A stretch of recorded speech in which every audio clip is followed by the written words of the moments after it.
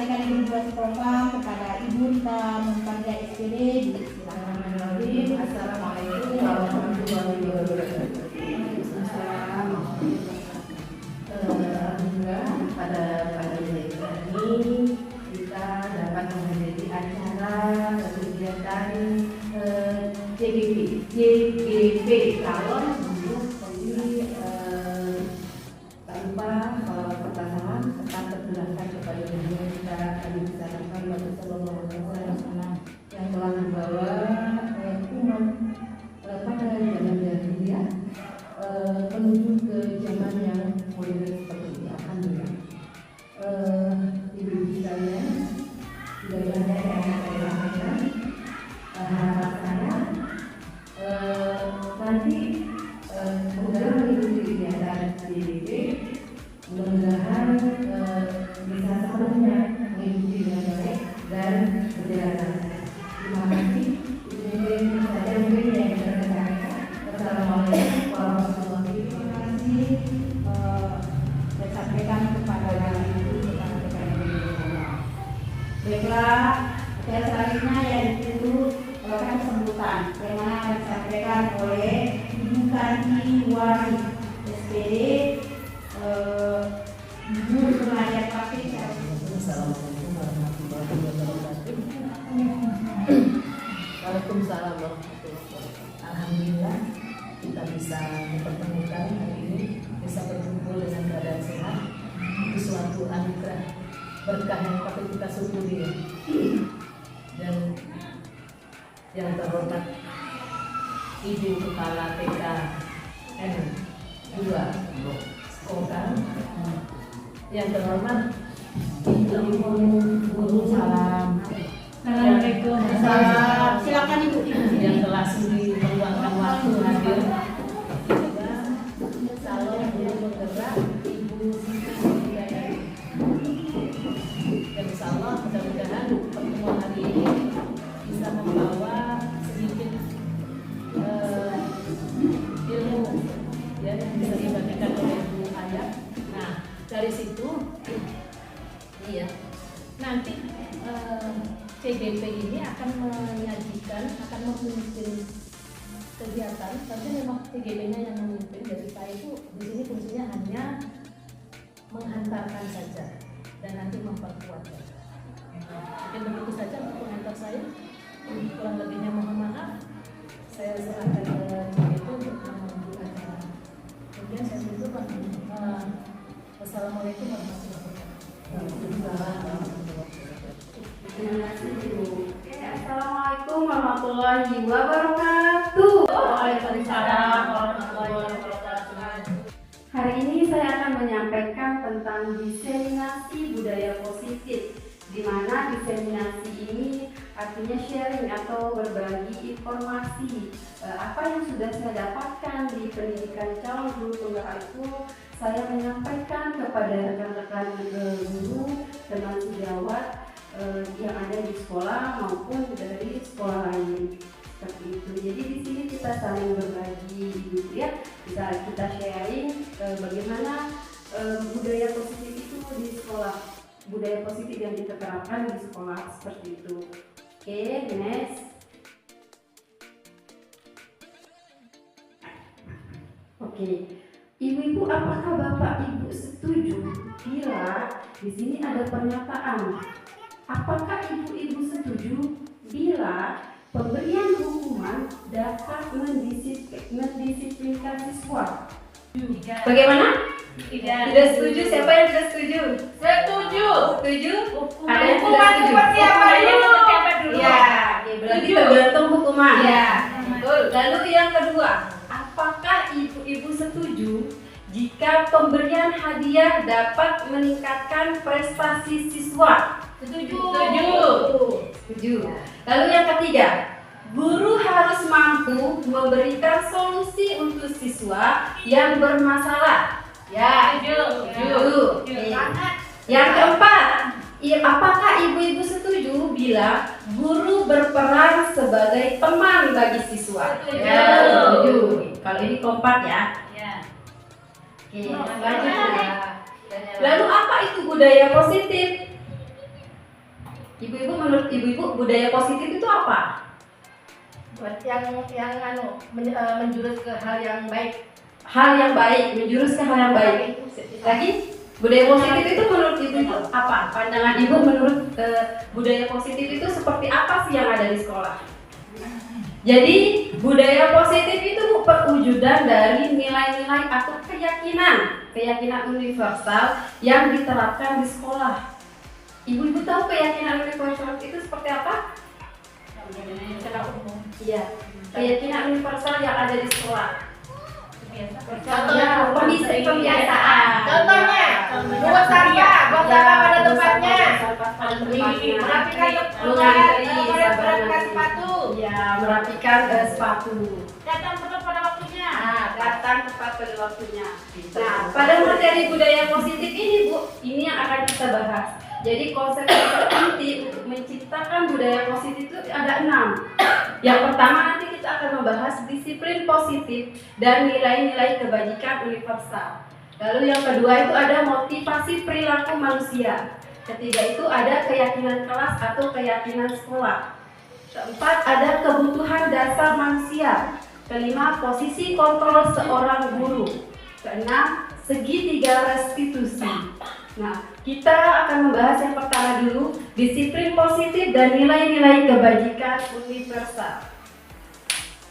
Nah, ini contohnya Bu ya, menyambut anak di depan gerbang. Siapa itu fotonya? Salam. Nah, sebelum kita lanjut ke materi disiplin positif, kita bermain game cobalah buka. Jadi cobalah buka ini kita berpasangan Bu, ada yang menjadi A dan ada yang menjadi B. Nah, sekarang kita bagi dua-dua Bu ya. Jadi berpasangan dua-dua, ada yang menjadi A dan ada yang menjadi B. Silakan ibu-ibu. A, B. A dan B. Nah, si A ini adalah seorang yang menggenggam. Ya, yang A. Siapa yang A? Saya. Oke, yang A ini adalah seseorang yang menggenggam. Jadi silahkan menggenggam. Nah, pada menggenggam ini ibu-ibu bayangkan sesuatu yang sangat berharga di kehidupannya ibu-ibu. Sehingga orang lain itu tidak bisa apakah ibu itu bisa terpengaruh sama orang lain atau tidak. Jadi anggap saja di dalam genggaman ibu itu barang yang sangat berharga di dalam kehidupan ibu-ibu. Sedangkan yang B itu adalah orang lain yang akan berusaha untuk membuka genggaman ibu. Ya, boleh dengan membujuk, boleh dengan menghardik, boleh dengan menyogok, atau boleh dengan meraih, boleh dengan memaksa. Dan pilihannya ada di ibu sendiri yang punya genggaman itu. Apakah ibu tergoda dengan rayuan mereka, atau ibu melepasnya dengan terpaksa karena dihardik, dihina, atau ibu itu melepaskan karena takut dengan dia. Jadi silahkan ibu menggenggam yang A itu, menggenggam, dan yang B itu silahkan merayu, menghardik atau membujuk atau memaksa, silahkan. Apakah ibu tergoda atau tetap dengan konsisten ibu, komitmen ibu?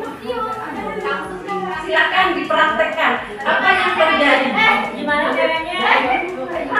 Saya ini loh, bukan dah. Oh enggak, iya boleh.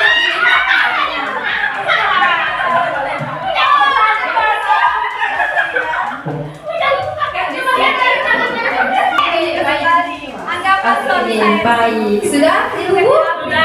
Ibu rasakan manfaatnya? Ya.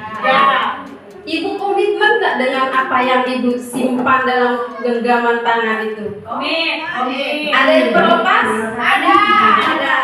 Berarti ada yang komitmen ya? Ada yang terlepas. Apa yang terjadi ibu? Apakah orang lain bisa mengontrol kita? Kesepakatan antara tidak ada yang sesuai yang bersifat tergantung. Jadi ibu-ibu, di dalam diri kita itu sebenarnya yang bisa mengontrol diri kita itu diri sendiri. Ya, diri sendiri. Orang lain itu tidak bisa mengontrol kita. kita. Begitu juga dengan anak-anak kita. Yang bisa mengontrol mereka adalah dirinya sendiri. Kita guru, walaupun guru kita tidak bisa mengontrol mereka, walaupun dengan rayuan, menghardik, memaksa. Kalau kita rayu, menghardik, memaksa, apa yang terjadi? Melawan. Iya, melawan. Karena itu tidak sesuai dengan keinginannya. Oke ya. Ini dia paradigma pergeseran paradigma teori kontrol. Yang pertama, ilusi kontrol murid. Ini yang terjadi ya paradigmanya. Yang kedua, ilusi bahwa semua penguatan positif efektif dan bermanfaat. Yang ketiga, ilusi bahwa kritik dan membuat orang merasa bersalah dapat menguatkan karakter. Yang keempat, ilusi bahwa orang dewasa memiliki hak untuk memaksa. Itu paradigmanya. Berarti itu tidak benar ya? Mitos. Lalu bagaimana seseorang bisa berubah dari paradigma tersebut yang tadinya stimulus respon menjadi pendekatan teori kontrol. Nah, tadi itu dengan dengan memaksa, menghambat itu ada stimulus respon. Nah, nanti stimulus respon ini berubah menjadi teori kontrol. Yang tadinya realitas itu kebutuhan kita sama, menjadi kita berbeda. Kita itu berbeda. Jadi murid-murid itu merasa saya sebenarnya berbeda dengan anak-anak, dan saya berbeda dengan ibu guru. Kontrol itu ada di penilaian. Lalu yang kedua, semua orang melihat hal yang sama. Ya, kalau teori kontrol, setiap orang memiliki gambaran yang berbeda, memiliki pendapat yang berbeda. Tidak sama, murid itu berpikir seperti ini, tapi gurunya harus ini, harus ini. Padahal di murid kita itu tidak seperti itu pikirannya, pendapatnya lain dengan kita. Lalu yang ketiga, kita mencoba mengubah orang agar berpandangan sama dengan kita. Itu yang sebelumnya, stimulus respon. Nah, sekarang yang teori kontrol itu kita berusaha memahami pandangan orang lain tentang dunia. Jadi yang harus kita lakukan itu kalau di teori kontrol itu kita memahami pandangan mereka seperti apa. Biasanya dia memukul teman, tapi yang kita lihat dia yang memukul teman, dia yang salah. Tapi mereka berpandangan lain. Kenapa saya memukul? Karena dia punya alasan sendiri seperti itu. Dia punya pandangan sendiri. Lalu orang lain bisa mengontrol saya kalau stimulus respon. Nah, kalau teori kontrol hanya saya yang bisa mengontrol diri saya sendiri. Itu yang terjadi. Perbedaan dengan stimulus respon dengan teori kontrol. Nah, ini disiplin positif. Lalu disiplin positif yang akan kita terapkan di sekolah itu seperti apa? Nah, ini pengertian disiplin positif yang artinya belajar disiplin mengacu pada disiplin diri yang memiliki tanggung jawab terhadap apa yang dilakukannya berdasarkan nilai-nilai yang diyakini. Berarti apa yang diyakini oleh siswa tersebut, bukan apa yang diyakini oleh sekolah. Contoh, sekolah membuat peraturan tidak boleh memakai sepatu warna hitam ke sekolah. Tapi apa yang mereka yakini tidak seperti itu. Yang penting saya bisa bersekolah, sepatu apapun saya harus pakai, yang penting saya datang ke sekolah. Seperti itu. Jadi sekolah atau guru bisa memahami pandangan mereka.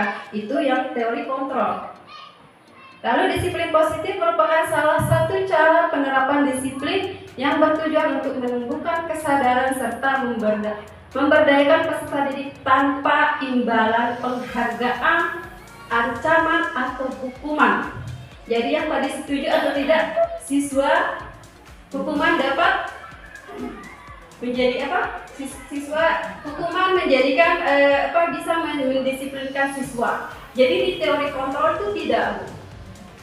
Jadi di teori kontrol itu disiplin positif itu memberdayakan peserta didik itu bertanggung jawab tanpa ada imbalan penghargaan atau hukuman maupun ancaman. Itu di teori kontrol. Lalu di disiplin positif itu ada nilai-nilai kebajikan yang kita terapkan. Ini dia. Jadi waktu kita membuat disiplin positif itu kita harus memperhatikan nilai-nilai kebajikan pada yang pertama profil pelajar Pancasila. Ada beriman bertakwa kepada Tuhan Yang Maha Esa, berakhlak mulia, berkebinekaan global, bernalar kritis. Lalu kemudian ada Primaries Program, yaitu toleransi, rasa hormat, kreativitas, kerjasama, percaya diri.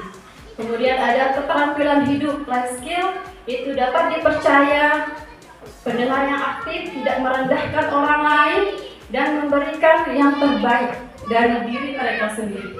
Inilah yang harus ada ketika kita membuat disiplin positif. Harus ada nilai-nilai kebajikan yang di dalam disiplin positif itu.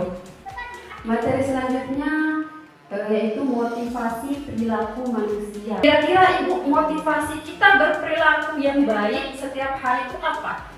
Apakah motivasi itu muncul dari diri kita sendiri, atau adanya ancaman, atau adanya peraturan yang harus kita ikuti tapi terpaksa karena mau tidak mau kita harus begini? Itu ya, apakah itu yang membuat kita termotivasi, atau motivasi itu muncul dari diri kita sendiri? Ya, muncul dari diri kita sendiri. Ini dia, ada tiga motivasi perilaku manusia. Yang pertama, untuk menghindari ketidaknyamanan atau hukuman. Jadi kita itu termotivasi untuk melakukan hal yang terbaik itu karena kita takut, kita tidak nyaman akan ada hukumannya. Penjelasannya. Sesuatu itu harus ikhlas. Iya, betul. Harus ikhlas. Jadi motivasi perilaku manusia itu ada tiga. Yang pertama, untuk menghindari ketidaknyamanan atau hukuman. Lalu yang kedua, untuk mendapatkan imbalan atau penghargaan dari orang lain. Biar dilihat hebat, biar dilihat baik, biar dilihat wow serba bisa. Itu terhadap penghargaan. Lalu yang ketiga, ada motivasi untuk menjadi orang yang mereka inginkan dan menghargai diri sendiri dengan nilai-nilai yang mereka percaya, bukan yang kita yakini, tapi apa yang mereka yakini. Itu motivasi yang ketiga. Nah, ini identitas gagal dan identitas sukses. Identitas gagal itu, hukuman itu ternyata masuk di identitas yang gagal. Sedangkan ada konsekuensi dan restitusi itu termasuk di identitas yang sukses. Jadi bagaimana disiplin positif itu agar mencetak siswa kita itu menjadi identitas yang sukses. Contoh, sesuatu yang menyakitkan harus terjadi, itu hukuman. Misal, saya datang terlambat, berarti harus kena hukuman. Hukuman disuruh lari sama guru. Itu menyakitkan, tapi harus terjadi sama anak itu, karena itu sudah hukuman dari sekolah.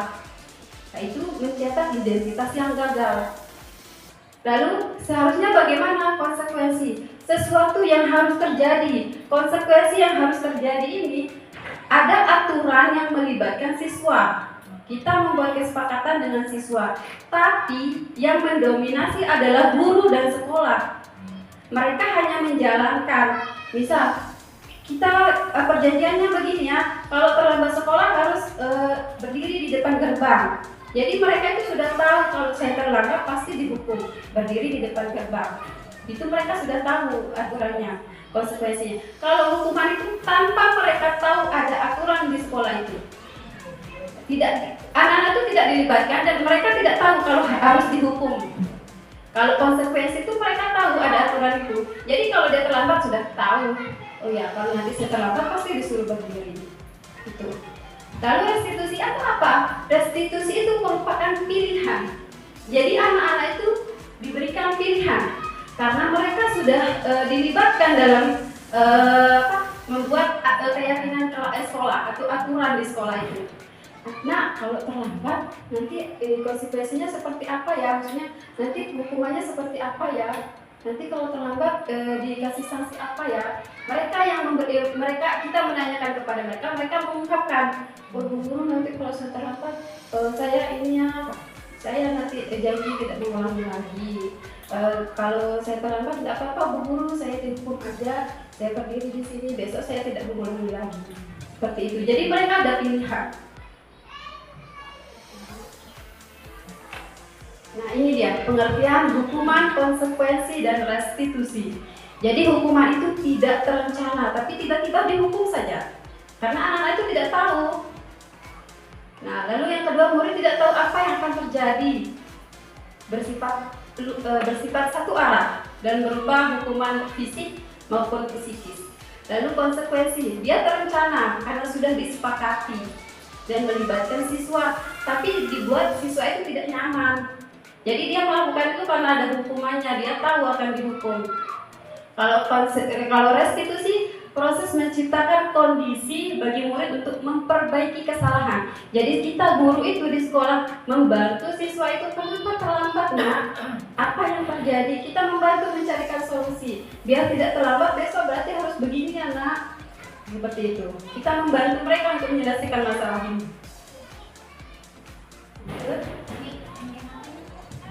Nah ini, kita jawab sama-sama ya Ibu. Perbedaan konsekuensi atau hukuman. Jadi kalau konsekuensi itu yang sudah disepakati bersama dan melibatkan siswa, dan siswa itu tahu apa hukumannya. Sedangkan kalau hukuman itu terjadi secara tiba-tiba. Nah, kita baca yang pertama, mencatat 100 kali di dalam buku kalimat saya tidak akan terlambat lagi karena terlambat ke sekolah. Kira-kira itu hukuman atau konsekuensi? Konsekuensi. Ya kan? Hukuman? Konsekuensi. Hukuman, ada yang konsekuensi. Nanti kita lihat hasil jawabannya ya. Lalu yang kedua, lari mengelilingi lapangan basket 2 kali karena terlambat hadir di sekolah. Hukuman. Yang ketiga, murid diminta untuk push up 15 kali karena tidak menggunakan masker di sekolah. Hukuman. 4. Menggantikan kertas tugas teman yang telah dicoret-coret. Konsekuensi. 5. Membersihkan tumpahan air di meja tulis karena tersenggol pada saat belajar. Konsekuensi. Murid disuruh untuk tidak mengenakan sepatu seharian di sekolah karena tidak mengenakan sepatu hitam. Nah, lari mengelilingi lapangan basket 2 kali karena terlambat 10 menit untuk pelajaran PJOK. Kita lihat jawabannya.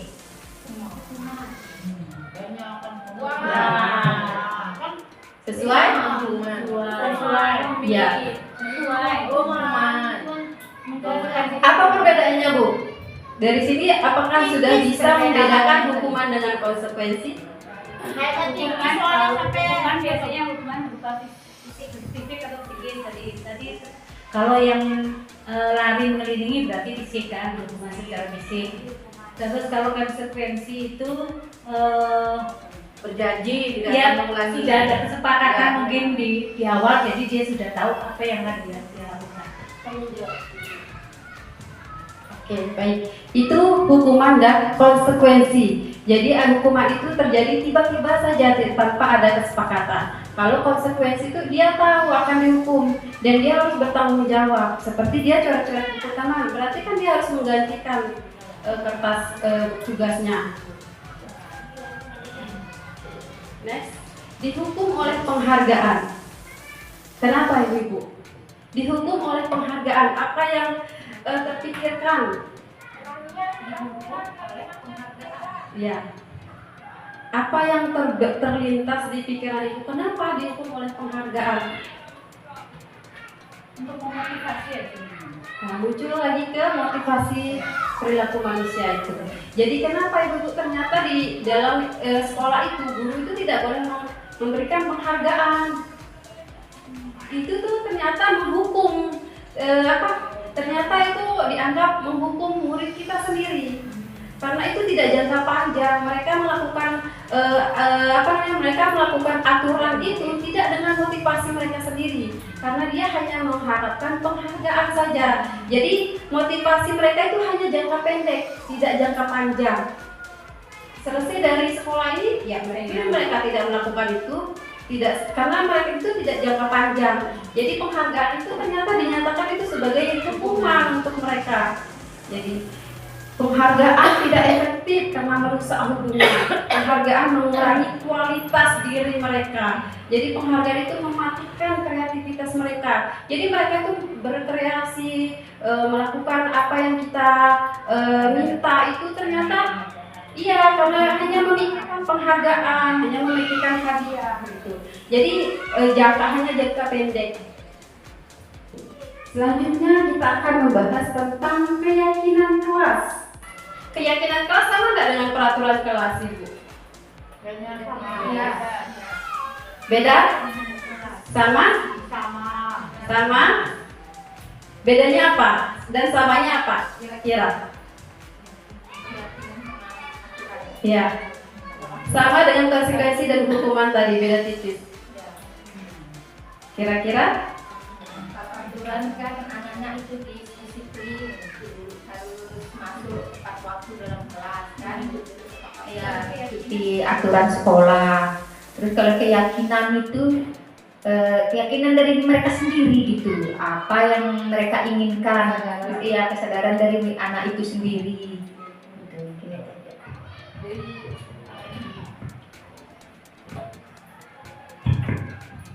Kalau aturan kelas biasanya merupakan kesepakatan guru dengan anak. Jadi mereka sudah berbicara di dalam aturan kelas ini anak-anak berjalan di dalam kelas,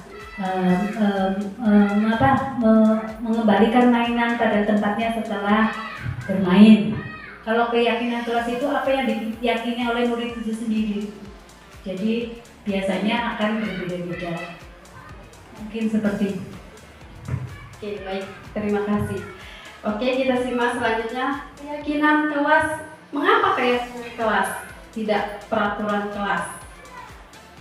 Jadi seperti itu. Jadi perbedaannya itu memang sangat tipis, Ibu. Mengapa kita memiliki peraturan tentang penggunaan helm pada saat mengendarai kendaraan roda 2 atau motor? Jadi pertanyaan, mengapa kita memiliki peraturan tentang penggunaan masker dan mencuci tangan setiap saat? Itu pertanyaan pemantiknya. Lalu kenapa? Ini dia. Keyakinan kelas itu dibuat berdasarkan kesepakatan antara guru dan siswa bersifat universal. Kalau peraturan kelas itu biasanya dibuat oleh guru bersifat satu arah. Jadi seharusnya di dalam kelas itu kita buat keyakinan kelas, karena di aturan yang kita buat itu melibatkan siswa dan apa yang mereka yakini, agar mereka tidak terpaksa melakukan aturan yang sudah diyakini oleh mereka sendiri, seperti itu. Sedangkan peraturan itu hanya satu arah. Pernah nggak ibu-ibu misalnya dibuat peraturan?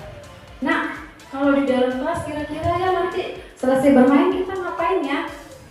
Dan biarkan mereka yang menjawab. Jadi, oh Bu Guru, nanti kalau selesai bermain kita bereskan mainannya. Oh iya, itu dilakukan setiap hari atau tidak? Oh iya, dilakukan setiap hari Bu Guru. Oke, kita tulis di sini ya. Iya. Taruhkan aja cap jempol bahwa itu tulisan mereka, itu ungkapan mereka. Biar mereka setiap hari itu tahu keyakinan dia setiap hari itu apa. Kalau peraturan kelas itu harus berdiri di dalam kelas, tidak boleh berlari ketika bermain. Di dalam kelas itu tidak boleh buang sampah sembarangan. Jadi ada bahasa-bahasa dan tidak menjurus ke tidak boleh atau jangan, seperti itu. Tidak boleh ini, tidak boleh itu, berarti kan satu arah. Hanya gurunya saja yang membuat, tapi mereka sendiri tidak tahu itu tulisan apa. Jadi lebih baiknya ketika membuat keyakinan kelas itu kita melibatkan siswa. Ketika kita membuat langsung cap jempol, oh iya ini tulisan saya, ini pendapat saya yang saya sudah yakini. Membuat keyakinan kelas itu bukan Bu Guru. Coba aja, kalaupun kita baca peraturan kelas ke anak, mereka itu tidak tahu karena mereka tidak terlibat langsung. Karena kita hanya menempel ini aturan kelas kita. Yang pertama, begini, tidak boleh berbicara sebelum mengangkat tangan. Tapi kan mereka tidak tahu tulisannya. Berbeda dengan mereka ketika,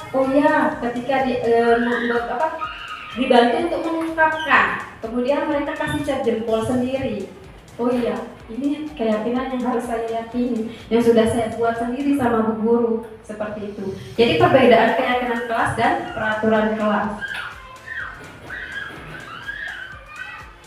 Prosedur pembuatan keyakinan kelas, ini cara-caranya. Yang pertama, mempersilahkan warga sekolah atau siswa untuk mencurahkan ide tentang peraturan yang ingin disepakati. Jadi kita ajak siswa itu, menurutnya kalau sampah itu berserakan bagaimana ya? Biar alat mainnya itu rapi bagaimana ya? Jadi kita bertanya pendapat mereka. Kita pancing bagaimana pendapat mereka tentang hal itu. Lalu yang kedua, mencatat semua masukan di dalam kelas. Kalau di sekolah berarti semua masukan yang dikeluarkan oleh guru. Lalu yang ketiga, ganti kalimat negatif menjadi positif. Yang keempat, tinjau kembali curahan pendapat yang terkumpul dan disusun menjadi keyakinan kelas atau keyakinan sekolah. Lalu tinjau ulang keyakinan kelas yang sudah tersusun menjadi 3-7 keyakinan. Jadi kita buat 3-7 saja cukup. Yang keenam, meninjau dan menyetujui dengan penandatanganannya. Jadi kalau anak-anak kan belum bisa tanda tangan, kita pakai cap jempolnya, cap jarinya seperti itu. Jadi mereka sudah paham, sudah tahu, ini kan hasil jempol saya, ini kan cap jari saya. Jadi mereka sudah paham, walaupun tidak bisa baca, tapi mereka tanda, itu hasil kesepakatan yang mereka buat sendiri. Lalu keyakinan kelas ditempel di dinding kelas, kemudian kita taruh di dinding kelas. Baru ketika anak-anak masuk sudah tahu, ini kan hasil jempol saya, ini kita tidak boleh, kita harus bereskan mainan selesai bermain, seperti itu. Materi yang keempat yaitu kebutuhan dasar manusia. Sebenarnya apa sih yang dibutuhkan manusia itu? Kebutuhan dasarnya sih seperti apa? Anak-anak itu pun juga begitu. Kebutuhan dasarnya anak itu apa sih? Kebutuhan dasar manusia itu apa? Kenapa dia bisa berperilaku seperti itu? Pasti dia membutuhkan sesuatu. Nah, ini 5 kebutuhan dasar manusia. Yang pertama, bertahan hidup. Makanan, pakaian, tempat tinggal, keamanan, kesehatan. Lalu yang kedua itu kasih sayang dan rasa diterima. Rasa diterima, dipedulikan, berbagi, kerjasama, menjadi bagian dalam kelompok tersebut. Lalu ketiga, penguasaan. Harga diri, keinginan, memimpin, berprestasi, diakui dan didengar. Kemudian kebebasan, yaitu mandiri, memiliki pilihan, mencoba hal baru, mampu mengendalikan arah dirinya. Lalu ada kesenangan yang dibutuhkan oleh anak itu, bermain, humor, antusiasme, dan tertawa. Nah, ini contohnya Ibu. Dari 4 pernyataan ini, di 5 kebutuhan dasar itu termasuk di mana? 1. Aku senang main kejar-kejaran dengan ibu guru terus. Termasuk di kebutuhan yang mana? Kesenangan. Ibu kejar aku karena ibu guru sayang aku. Kasih sayang. Aku hebat kan, bisa bikin ibu guru kejar aku. Penguasaan. Kekuasaan. Aku bosan belajar mewarnai terus di dalam kelas. Kebebasan. Jadi ternyata di dalam mereka yang mungkin kita anggap mereka itu nakal, tapi ternyata ada kebutuhan dasar yang ingin mereka raih dari kita gitu. Yang mereka sengaja melakukan tapi dia ingin dapatkan dari kita. Jadi pentingnya membuat keyakinan kelas itu, kita ternyata murid kita itu tidak nakal semua, tapi mereka membutuhkan kebutuhan dasar yang ingin mereka dapatkan gitu. Mungkin di rumah tidak mereka dapatkan, kayak kebebasan atau kasih sayang. Saya ajak bu guru main lari-larian aja lah. Saya tiba-tiba pura-pura aja merusak mainan teman. Nanti saya kan dikejar. Nanti kan saya disayang bu guru. Nah, dia senang lari-lari bersama saya sama bu guru. Jadi itu merupakan kebutuhan dasar yang harus mereka penuhi gitu. Itu yang membuat mereka itu kadang sengaja. Jadi mereka itu perilaku setiap mereka itu ternyata ada alasannya sendiri gitu. Iya, tapi bu gurunya kadang belum bisa memahami bagaimana pandangan mereka seperti itu. Lalu materi yang kelima. Masih semangat ya ibu-ibu ya? Prabu semangat. Semangat. Semangat. Oh, semangat baru.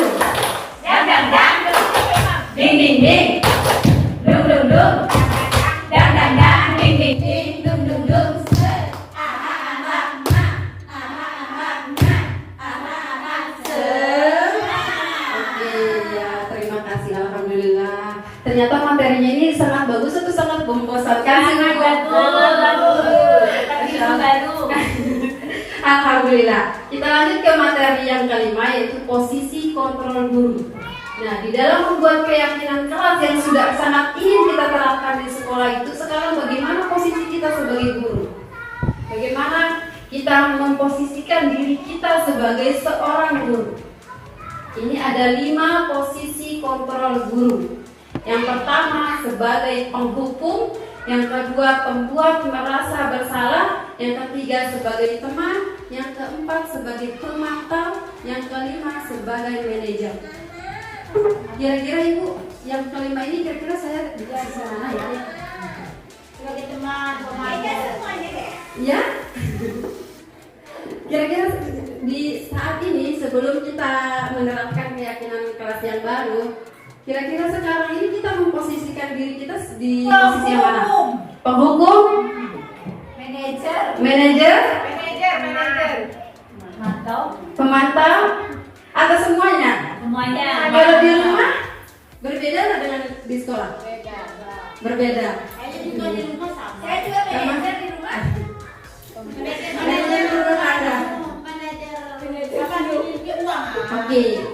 Untuk lebih memahami yang kelima itu, kita tonton video dari Kemendikbud.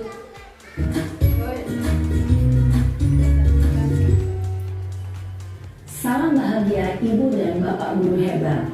Dalam penerapan disiplin positif restitusi, salah satu program yang dikembangkan adalah 5 posisi kontrol.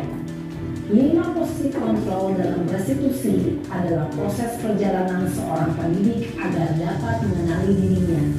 Pada video kali ini, kita akan membahas tentang 5 posisi kontrol yang dikembangkan oleh Diane Gosser dan contoh penerapannya.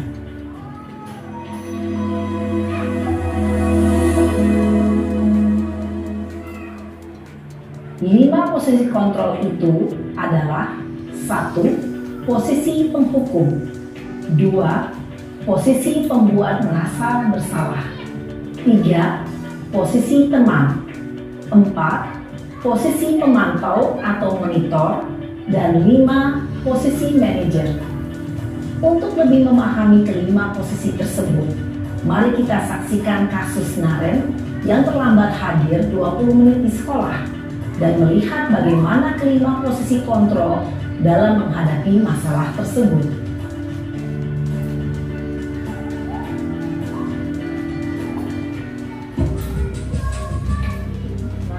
Ini sebagai penghukum.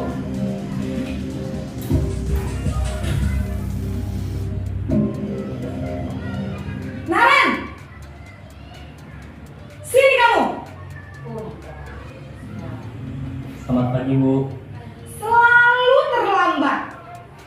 Kamu deh, pasti terlambat. Maaf, Bu.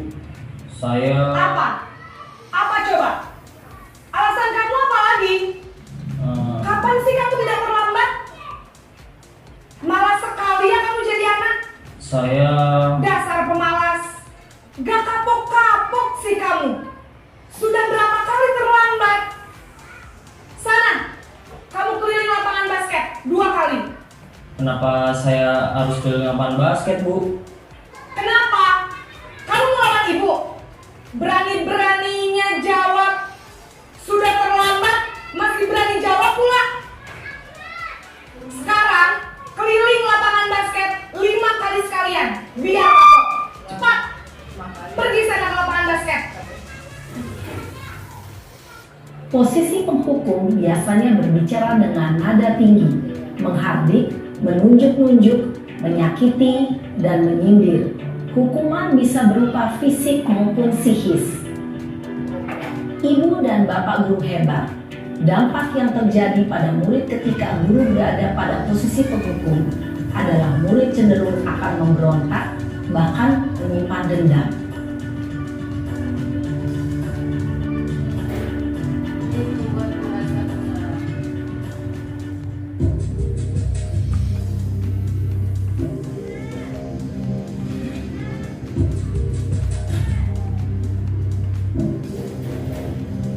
Naren,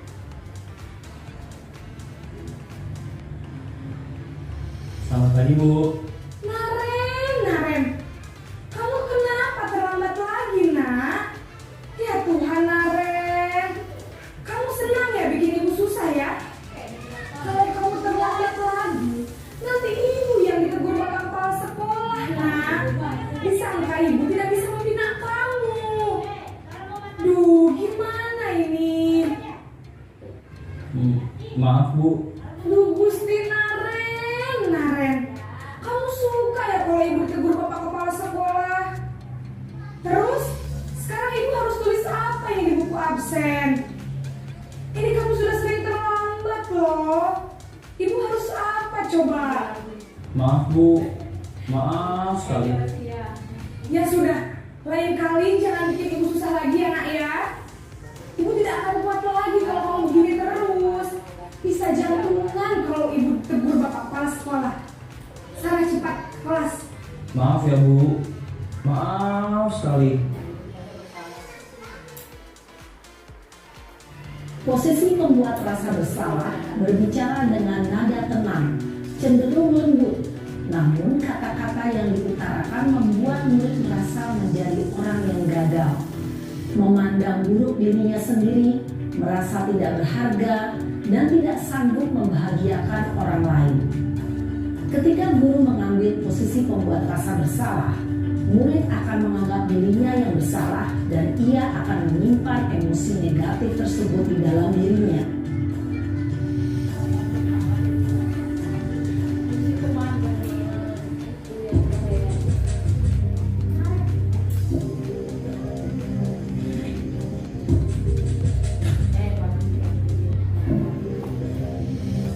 Naren!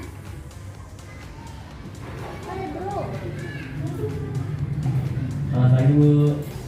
Wah, sudah jam berapa ini nak? Terlambat lagi ya sayang. Iya Bu. Habis ibu saya lupa bangunkan saya Bu. Kamu malah menyalahkan ibu kamu. Kamu bukannya anak yang larinya paling kencang. Kok terlambat sih? Iya Bu. Saya memang terlambat bangun tadi.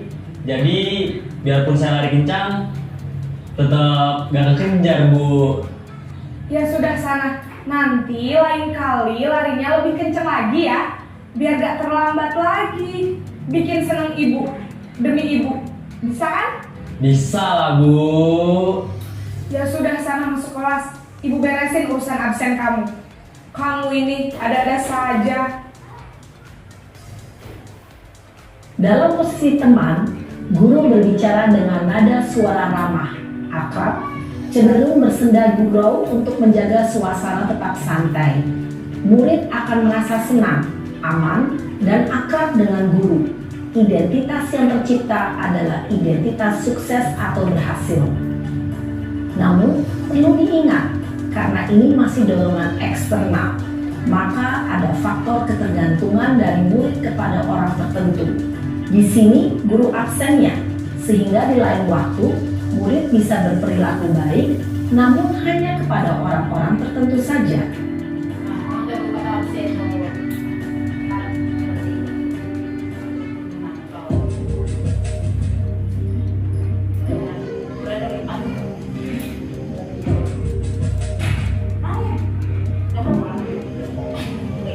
Naren!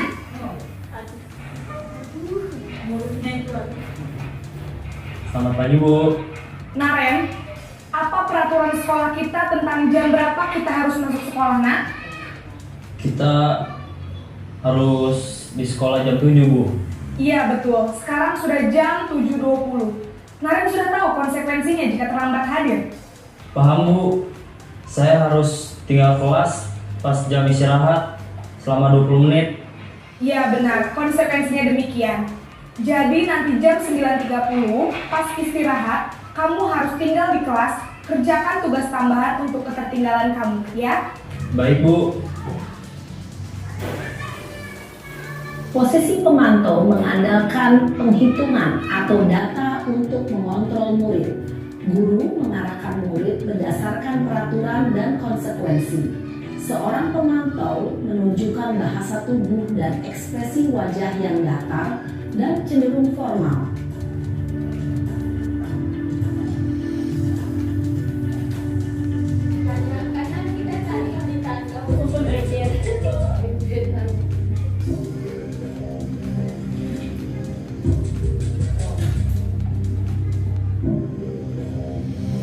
Naren!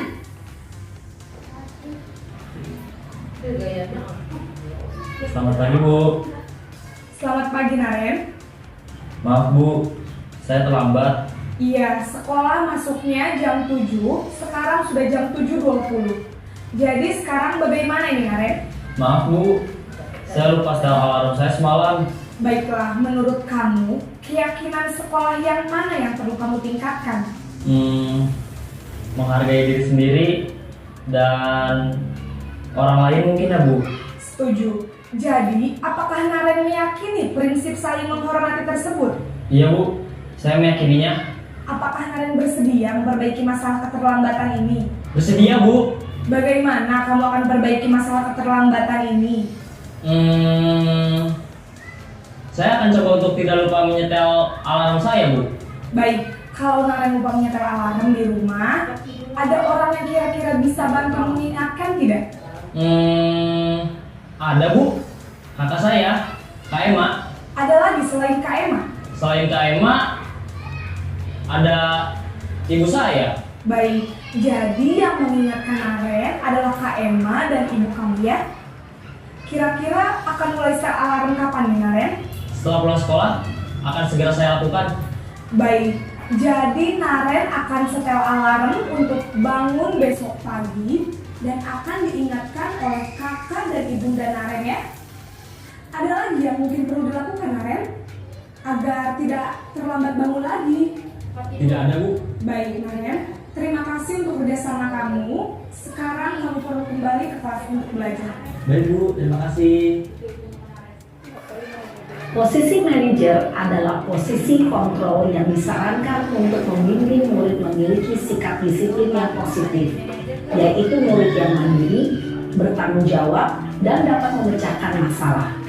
Tujuan dari posisi ini adalah agar murid dapat berefleksi atas tindakannya.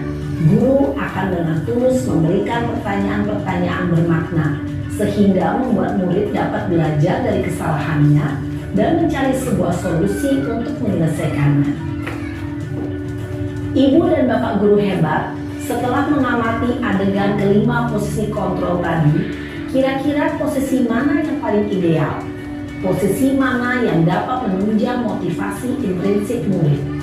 Ya, tentu posisi manajer. Posisi ini memang posisi ideal yang ingin dituju setiap pendidik. Pada posisi inilah, guru dapat menerapkan disiplin positif yang berpihak pada murid, yang memerdekakan murid. Perjalanan seorang pendidik tentunya tidak mudah untuk sampai pada posisi seorang manajer. Namun, tujuan kita pasti, yaitu menciptakan murid-murid yang mandiri, merdeka, dan bertanggung jawab.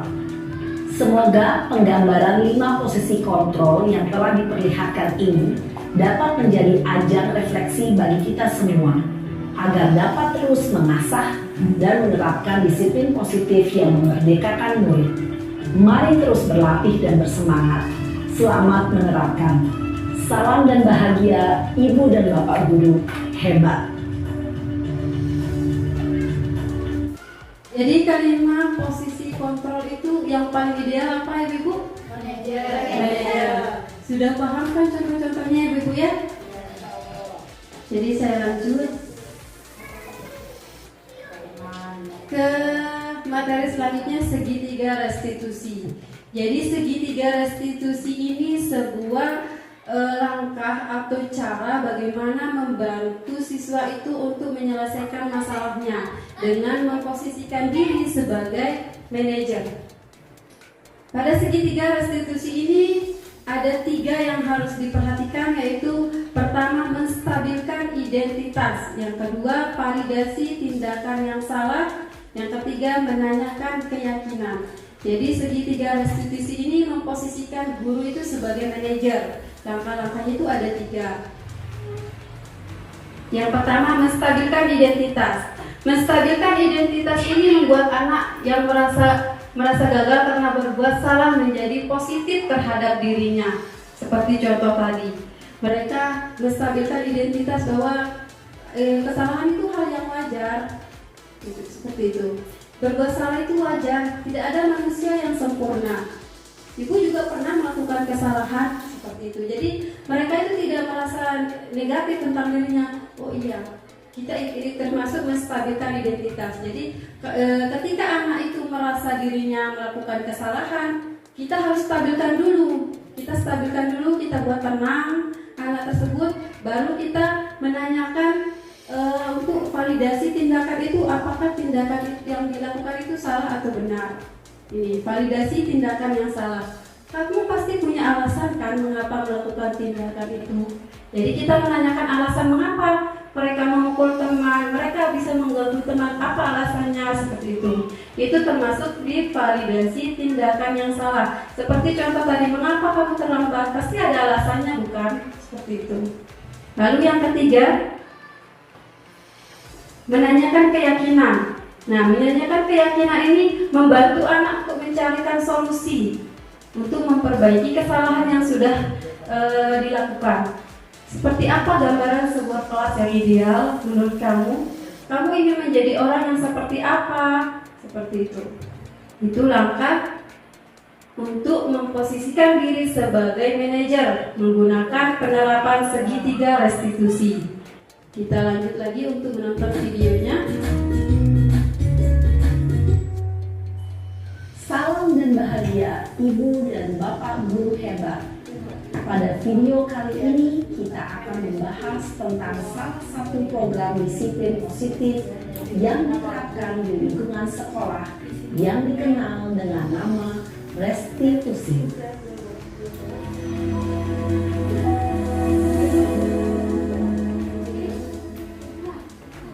Restitusi dikembangkan oleh pakar pendidikan Diane Dawson, berlandaskan pada teori kontrol Dr. William Glasser. Segitiga restitusi adalah suatu proses dialog yang dijalankan oleh guru atau orang tua agar dapat menghasilkan yang mandiri dan bertanggung jawab. Pada saat sisi manajer aspek yang dikembangkan pada murid adalah signifikasi, sehingga penanaman nilai-nilai kebajikan dapat tumbuh dan berkembang menjadi suatu kebiasaan positif yang akhirnya membentuk karakter.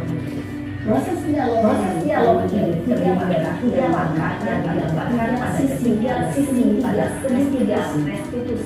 Sisi pertama adalah identitas. Sisi yang kedua adalah validasi tindakan yang salah.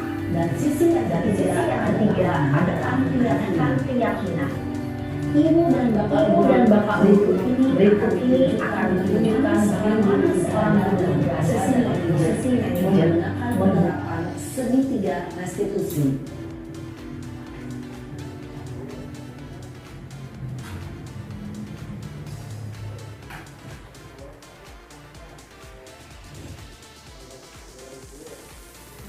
Sarah. Siapa? Sudah lama nggak ketemu Sarah? Kenapa hari ini ada di sini? Kesel Pak, kesel banget. Masa aku dikatain tukang fitnah Pak? Ya aku marah lah. Aku balik ngatain Eka di depan kelas. Kesel banget. Oh begitu. Ya pasti kamu marah dan kesal. Bapak juga akan marah apabila ada yang menuduh Bapak seperti itu.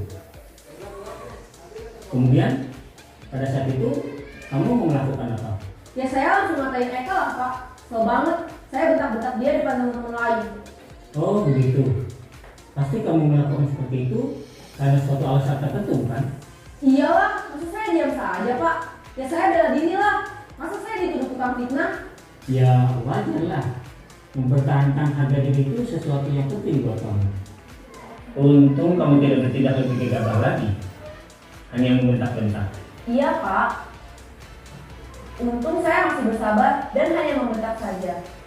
Sudah gemes padahal. Saya pasti bela diri lah. Ya pasti ya. Tapi kamu memilih untuk tetap bertahan dan bersabar. Kamu memilih untuk tidak berbuat lebih parah lagi bukan? Iya. Nah, sekarang coba kita lihat lagi tindakan kamu yang bentak-bentak Eka di kelas. Tindakan kamu itu kira-kira sesuai dengan keyakinan kelas atau prinsip kamu tidak? Enggak lah Pak. Capek Pak jadi pemarah. Jadi keyakinan atau prinsip mana yang kurang sesuai dengan keinginan kamu? Ya, saya sebenarnya sangat menghargai orang lain. Mungkin saat itu saya menjadi emosi. Jadi tidak menunjukkan sikap itu. Kamu meyakini tidak? Menghargai orang lain itu penting buat kamu. Yakinlah Pak. Iya, setuju. Kita harus saling menghargai. Namun, ada juga keyakinan yang kita sepakati yang perlu kita jalankan apabila kita sedang marah, bukan? Ya, saya bisa lebih proaktif, mulai dengan diri sendiri. Saya bisa jadi lebih bersabar, mengambil waktu jeda untuk berpikir mau apa selanjutnya. Kira-kira kamu bersedia memperbaiki masalah ini tidak? Bersedia Pak. Kalau kamu memperbaiki masalah ini, kamu akan menjadi orang seperti apa? Saya akan menjadi orang yang bertanggung jawab kali ya Pak. Dan senantiasa proaktif. Iya, menurut kamu bagaimana rasanya menjadi orang seperti itu? Ya nyaman lah, bangga bisa bersabar dan menahan diri. Baiklah kalau begitu. Yuk kita pikirkan bagaimana memperbaiki masalah ini.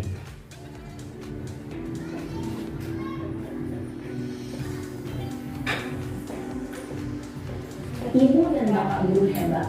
Baru saja kita menyaksikan contoh bagaimana seorang guru berada dalam posisi manajer menggunakan penerapan segitiga restitusi.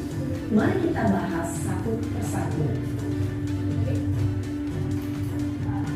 Pada sisi pertama, menstabilkan identitas berdasarkan pada prinsip bahwa membuat kesalahan adalah bagian dari proses pembelajaran. Sisi pertama dari segitiga ini berperan menggeser identitas murid dari identitas gagal ke identitas sukses. Murid yang sedang bertingkah laku yang tidak pantas atau menarik diri saat itu sedang mengalami identitas gagal. Bila kita mengkritiknya, maka posisinya tidak akan berubah. Kita bisa mengajukan pernyataan-pernyataan ini. 1. Membuat kesalahan sesuatu yang wajar. 2. Manusia tidak ada yang sempurna. 3. Kita bisa memperbaiki masalah ini. 4. Saya tidak menanyakan kesalahannya. Saya lebih fokus bagaimana memperbaiki masalah ini. 5. Apakah saat ini kamu tengah menjadi orang yang baik untuk dirimu sendiri?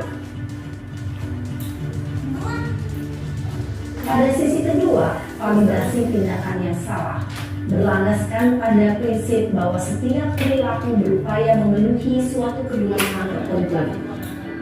Guru yang telah memahami teori kontrol akan bergeser dari pemikiran stimulus respon menjadi proaktif dan mencoba untuk mengenali tujuan dari perilaku murid. Mengenali dan mengakui kebutuhan murid ini dapat memperbaiki hubungan dengan murid tersebut. Pernyataan atau pertanyaan bisa disampaikan dengan nada suara tidak menghakimi atau memojokkan, sehingga dapat mengembalikan murid pada posisi positif. 1. Kamu bisa saja bertindak lebih gegabah lagi dari ini. 2. Kamu bukan melakukannya tanpa suatu alasan tertentu. 3.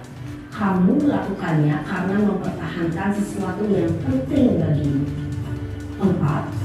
Mungkin kamu bisa mempelajari suatu perilaku baru yang lebih efektif. Bersediakah kamu mempelajarinya?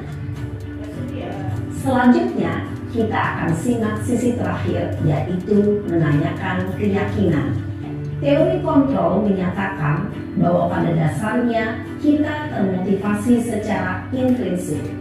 Pada saat perilaku yang salah telah divalidasi dan identitas sukses telah stabil, maka murid telah siap mengaitkan keyakinan-keyakinannya dengan tindakannya yang salah dan pemikirannya telah bergeser ingin menjadi orang yang tuju.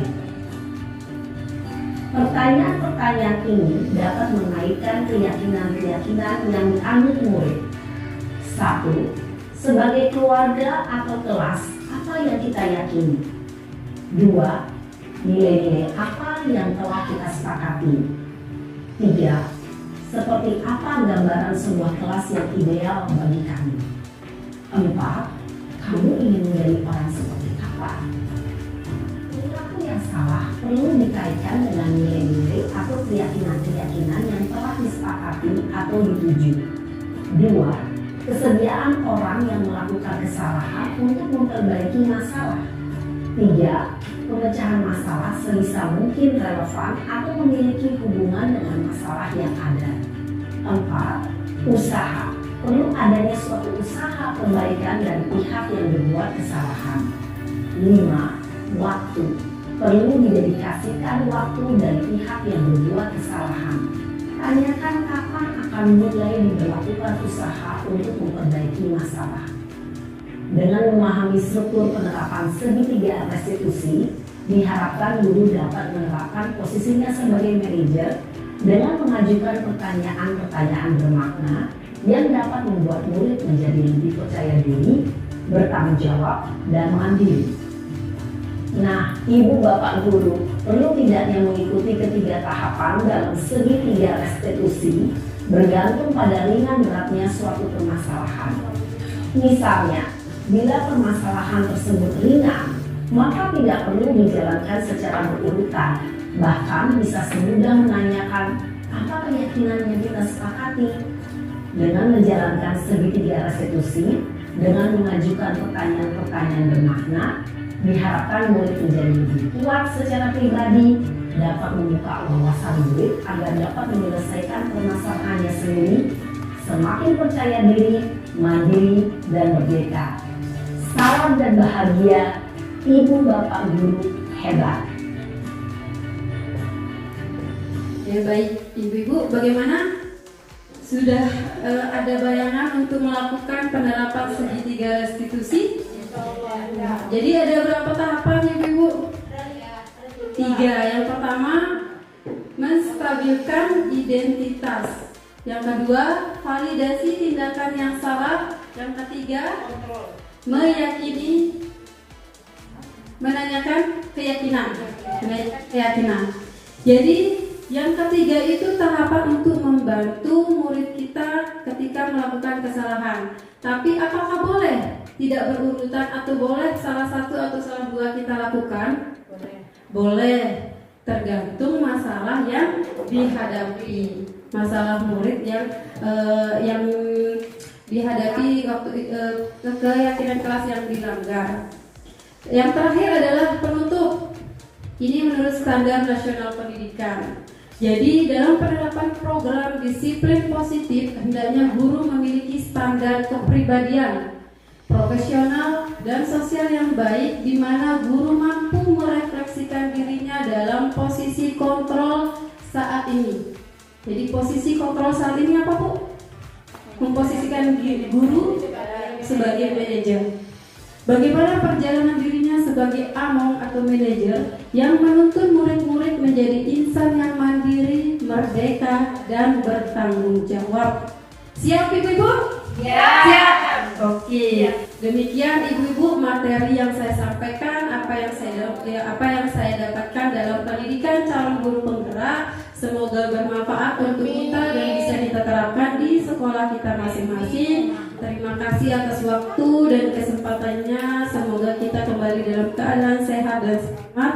Terima kasih. Assalamualaikum warahmatullahi wabarakatuh.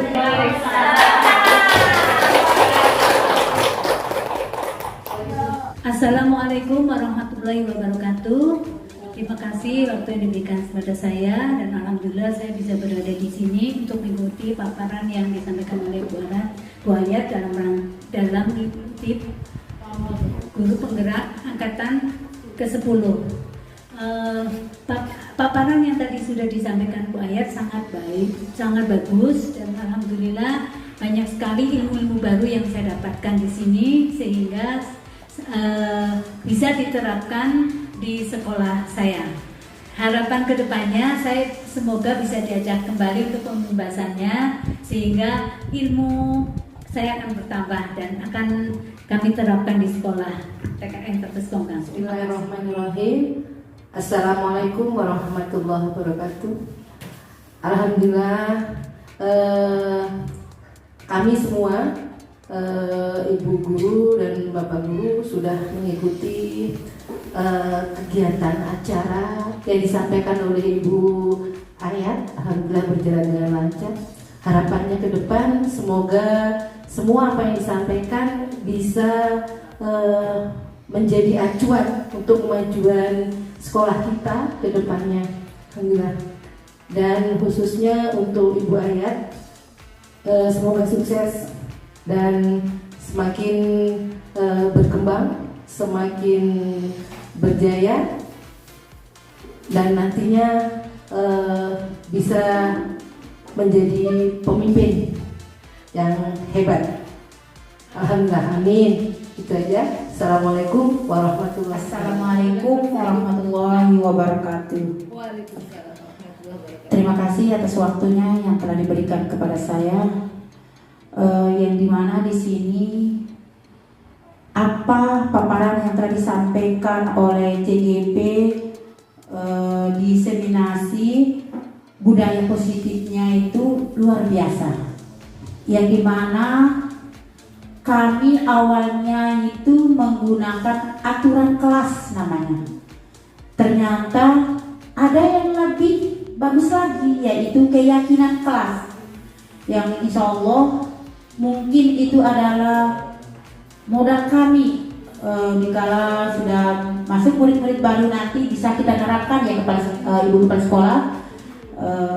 Dan juga hal yang bagus lagi yang dimana di sini kita mengenal bahwa guru itu kemarin selalu menghukum sebagai teman, aturan-aturan sering kita gunakan, dan hal-hal lain lagi yang berbau kekerasan. Mungkin walaupun itu dengan metode kita memberikan hadiah, tapi ternyata itu adalah sebuah hal yang membuat tidak kontinu itu menjadikan anak berharap dan berharap, padahal itu tidak bagus sebenarnya. Walaupun itu menurut kami itu bagus, ternyata ada yang lebih bagus lagi, yaitu kita sebagai manajer, yang dimana itu sebagai manajer itu semua mencakup berbagai macam hal.